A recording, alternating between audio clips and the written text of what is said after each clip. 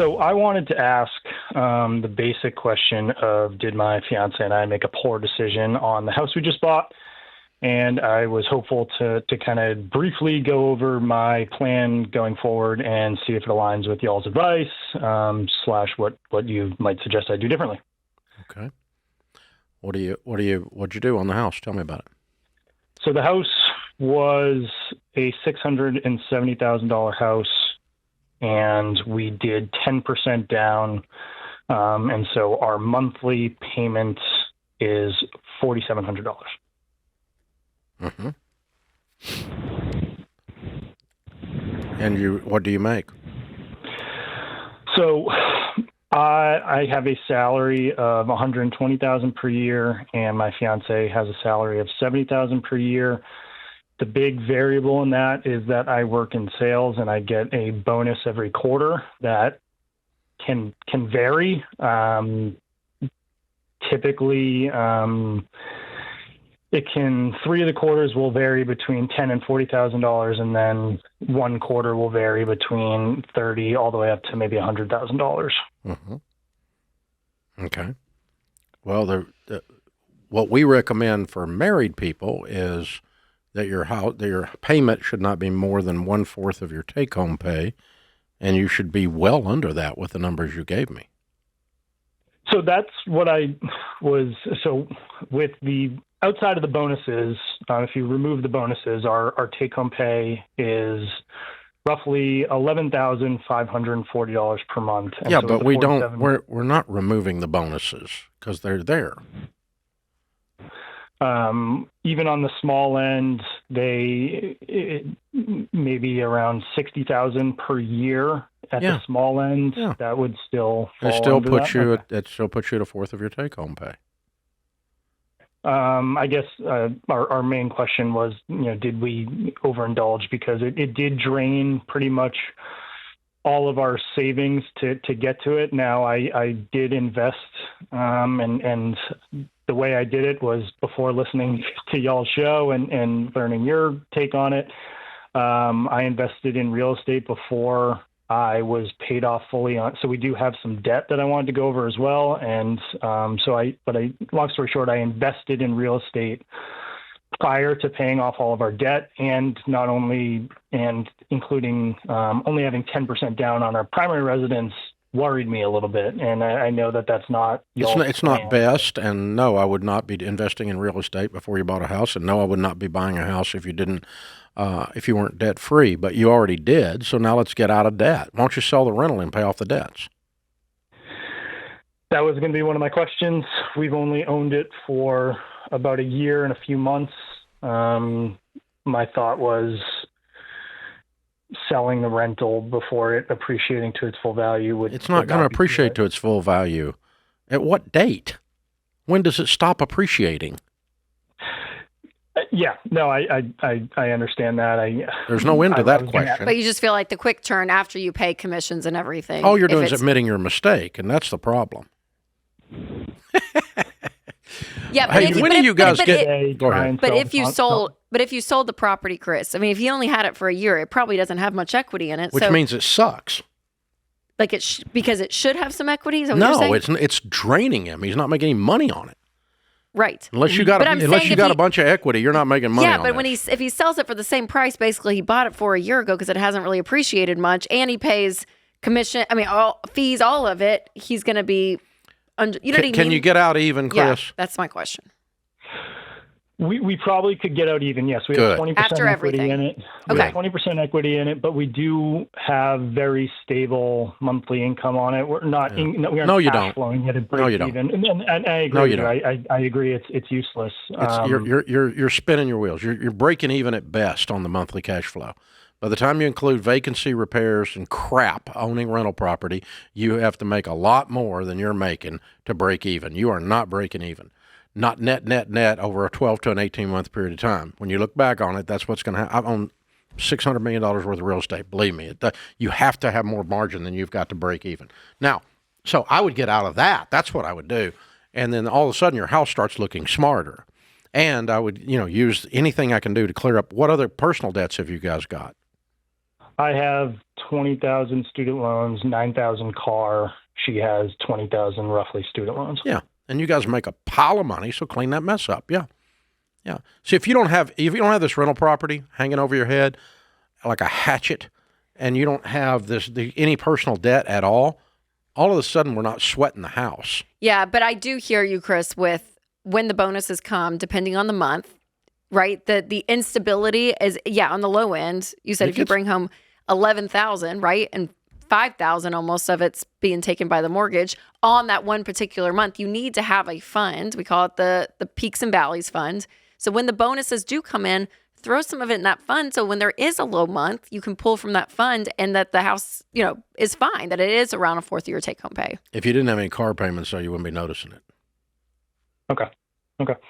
I mean, my plan going forward was to try and save 3 months reserves and then get to 20% equity in the house. So you would add step one to that, sell the condo. I would sell the condo. I'd get debt free. I'd build my emergency fund, baby steps. Do you guys have any cash saved, Chris? So we really did pretty much put everything there. Okay. Very low, but in a few days. When's the wedding? I get in October. Okay. We are very lucky that we do have family help for that. We did put a small portion of our money already into it, but that wasn't a big factor. Okay. But I should be in a few days. I'll be getting another one of those quarterly bonuses that will at least replenish some of that. Mm-hmm. So the advice I gave you is what you do from today forward. Okay. Had you called me a year ago, here's what I would have told you for the rest of you guys out there, not to shame Chris, but for the rest of you guys out there. Don't buy a home until you're married. Number one. Number two, don't buy a home unless you're out of debt. Period. Don't buy a home unless you're out of debt and have 3 to 6 months of expenses plus a down payment. And then don't buy a home where the payment on a 15-year fixed is more than a half or more than a quarter of your take-home pay. And don't buy rental property unless you pay cash for it, which is way after all those other don't things that I just covered. So if you had done that, you'd be planning a wedding with a pile of money sitting there and no debt. And you'd have no rental property and no house. Mm-hmm. And you'd be looking at October going, I'm sure ready for it to come. And then the following spring after your marriage, after renting an apartment for 6 months, I would talk about buying a home. By then you'd have a great down payment and you'd have no debt. And you'd have an emergency fund too. That changes the level of anxiety to this discussion dramatically. And when you buy a home with someone you aren't married to, you are extremely vulnerable, both of you. It is legal and financial suicide to do this. They're probably going to get away with it because it's probably going to work out. They actually have a wedding date. They have a wedding date. Call and they're like, we're not sure. I mean, Saturday works for me, as a wedding date. But because if something happens with this relationship, yes. and everything's already exactly tied down and tight, so we're stressing this relationship right now. And if anything, God forbid, happens, y'all are going to find out what screwed looks like. It's going to be a mess. So I'm hoping that for y'all, it just sails right on through to October and you can just execute the plan we talked about. And we're going to start selling stuff and we're going to get this mess cleaned up. But that's what not to shame him, but you guys got to quit buying houses that aren't married yet. It's really the nightmare stories that come into this show. Buy houses together when you're not married. Yes. Both your names on it. It's just the stuff that can happen is all bad and not good. So, please don't do this. Now, again, Chris, we're hoping for you that this all works out. We're not trying to beat you up, but you called and asked, so we're going to tell you. He says, my wife and I move every few years for work, and we rented homes each time. Our friends recently bought a house for $1.5 million, which I know is out of their price range. So I asked how they did it. They said they did an interest-only mortgage. Whew. What are your thoughts on this type of loan? It sounds like it's renting a house, but you get the benefits of ownership. Would buying a house this way be a smart move for somebody that relocates frequently, or should we keep renting? So there's two concepts in there. There's the friends who have the $1.5 million house, which that feels like their personal residence. They're not relocating as often as you do. But you're saying, is this a good idea for us since we relocate? And I would say no, under any auspices of the idea. This is a horrible idea. And the product is really just what it is. You're only paying interest. So if you're not paying any of the principal, you're never paying down the mortgage. So in essence, you're just renting a house. That's really what you're doing for a period of time. So there's no real advantage that I can think of for you to do this. I mean, after the interest period ends, your payment's going to jump up anyway because you will start paying principal. And you're just paying more interest over time. It's probably, I got to believe it's one of the most expensive ways that you could buy a house. Yeah. And actually, on the short term, owning a home is more expensive than renting. Heat and air goes out. Sure. Roof leaks. Property taxes go up. Homeowners insurance goes up. All of those things, you still got all those things. And if you move and try to sell the house and you've reduced the principal not at all, you're likely going to take a loss. Oh, yeah, you could be upside down. Between how often you move. So, no, you need to stay away from it. So, anything that sounds too good to be true is, and your friends, Parker, are short-term thinkers. Yeah, it wasn't very smart. They're not thinking long-term. They're people that think, thank God it's Friday, oh God it's Monday. I want something, I want it now, and I'm going to buy it even though I can't afford it. And by the way, the interesting thing is, the difference in a payment on an interest-only loan and a 30-year, which we don't recommend, not much difference. Not a lot of difference. No. Because think about your 30-year mortgage. The first payment you pay has almost no principal reduction. It's almost all interest. So the payment's almost the same. It's not $50 difference or something like that. It's not a lot different. But the concept is way different because it describes someone who's thinking short-term and is immature rather than someone that's thinking long-term. So the other part of this that I can't help but just call out is if you said, hey, they bought this house for 1.5, I know it's out of their price range, so I asked how they did it.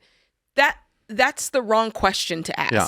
You don't look at someone you ask how they did it so you don't do it. Right. Not so you go, oh, they're buying things they can't afford. Let me figure out how to do it too. How I can buy things I can't afford. Yeah. It's not a great method. Really bad. Yeah, that was kind of laying there and I missed it on the page. Yeah. Hey guys, thanks for listening to Real Estate the Ramsey Way. Now, if you're here, you're probably thinking about buying or selling a house. It's exciting and one of the biggest financial decisions you'll ever make. But you don't want to do it with an inexperienced agent who will rush you into costly mistakes, like the ones some of our callers find themselves in. You need a pro who knows what the flip they're doing and will keep you on track with your financial goals. That's why we only recommend Ramsey Trusted Real Estate Agents. These are vetted, hand-picked pros who actually listen to your needs, guide you through the process, and fight to get you the best deal. To find a Ramsey Trusted Agent near you, go to RamseySolutions.com/trusted agent. That's RamseySolutions.com/trusted agent.